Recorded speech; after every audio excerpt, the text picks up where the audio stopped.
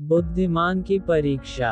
बहुत समय पूर्व जब गुरुकुल शिक्षा की प्रणाली होती थी, तब हर बालक को अपने जीवन के 25 वर्ष गुरुकुल में बिताना पड़ता था। उस समय एक प्रचंड पंडित राधे गुप्त हुआ करते थे, जिनका गुरुकुल बहुत प्रसिद्ध था, जहां दूर दूर के राज्य के शिष्य शिक्षा प्राप्त करने आया करते थे।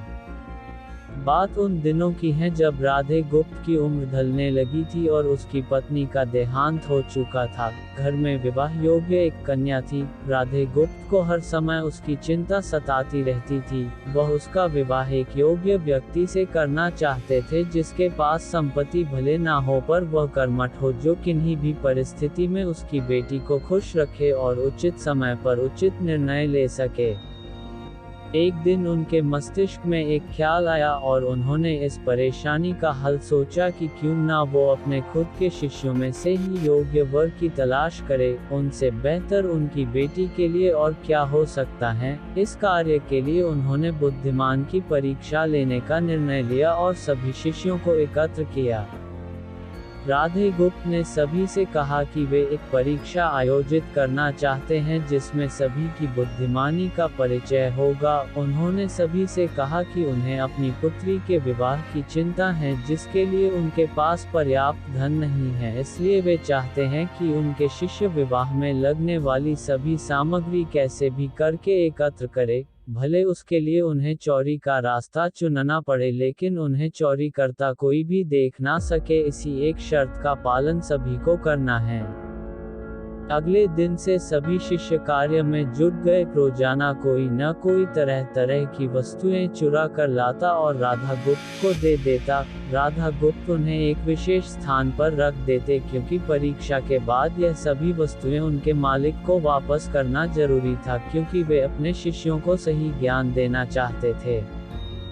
सभी शिष्य अपने अपने दिमाग से कार्य कर रहे थे, लेकिन इनमें से एक चुपचाप गुरुकुल में बैठा हुआ था, जिसका नाम रामास्वामी था। वह राधा गुप्त का सबसे करीबी और होनहार छात्र था। उसे ऐसा बैठे देख राधा गुप्त ने इसका कारण पूछा। तब रामास्वामी ने बताया कि आपने परीक्षा की शर्त के रूप में कहा था कि चोरी करते वक्त इसे कोई ना देख सके। इस प्रकार अगर हम अकेले में भी चोरी करते हैं, तब भी हमारी अंतरात्मा उसे देख रही है। हम खुद से उसे नहीं छिपा सकते। इसका अर्थ यही है कि चोरी करना व्यर्थ है। उसकी यह बात सुन राधा गुप्त के चेहरे पर खुशी छा जाती है। वे उसी वक्त सभी को एकत्र करते हैं और पूछते हैं कि आप सबने जो चोरी की, क्या उसे किसी ने देखा? सभी कहते हैं नहीं। तब राधा गुप्त कहते हैं कि क्या आप अपने अंतर्मन से भी इस चोरी को छिपा सके?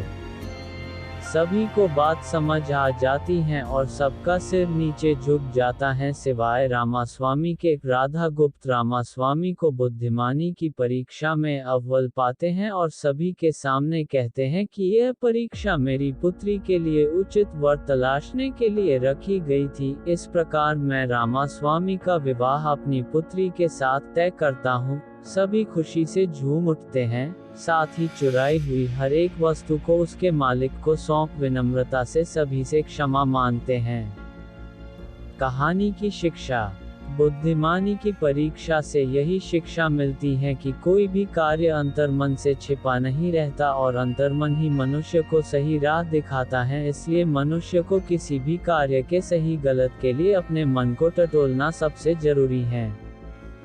आज मनुष्य ने अंतरात्मा की आवाज सुनना बंद कर दिया है, इसलिए ही वो गलत रास्ते पर जा रहा है।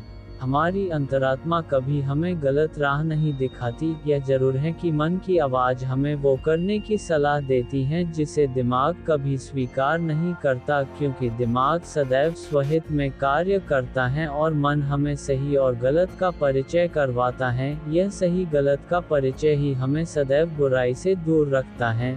किसी भी कार्य के पहले हमें मन की आवाज जरूर सुनना चाहिए। इस परीक्षा के जरिए राधा गुप्त ने अपनी पुत्री के लिए एक उचित वर भी तलाश लिया और शिष्यों को जीवन का अमूल्य ज्ञान दिया। आज के वक्त में कोई भी शिक्षक एवं शिक्षण पद्धति मनुष्य को धन कमाने तक का ही ज्ञान देते हैं। एक बालक का सर्वांगीण विकास कहीं न कहीं लुप्त हो चुका है। आज का मनुष्य केवल बड़े होकर एक धनवान व्यक्ति बनने का ही ज्ञान विद्यालयों में लेता है। उस बालक को सही गलत का बोध कराने का दायित्व कोई भी नहीं लेता, क्योंकि उनके माता पिता भी आज के दौर में बस पैसा कमाने में लगे रहते हैं और शिक्षक भी केवल किताबी ज्ञान देकर अपने दायित्व से मुख मोड़ लेता है। ऐसे में यह छोटी छोटी कहानियां व्यक्ति को सही गलत सिखाने में अहम भूमिका निभाती हैं, लेकिन आजकल इसके लिए भी वक्त मिलना मुश्किल है। यह एक गंभीर समस्या है जिसके फलस्वरूप आज के बच्चे आसानी से गलत राह पर चलने लगते हैं और उन्हें इसका भान तब होता है जब वे पूरी तरह ग्रस्त हो जाते हैं। अतः जरूरी है कि हम सभी आज की पीढ़ी को ज्ञानवर्धक बातें भी सिखाएं।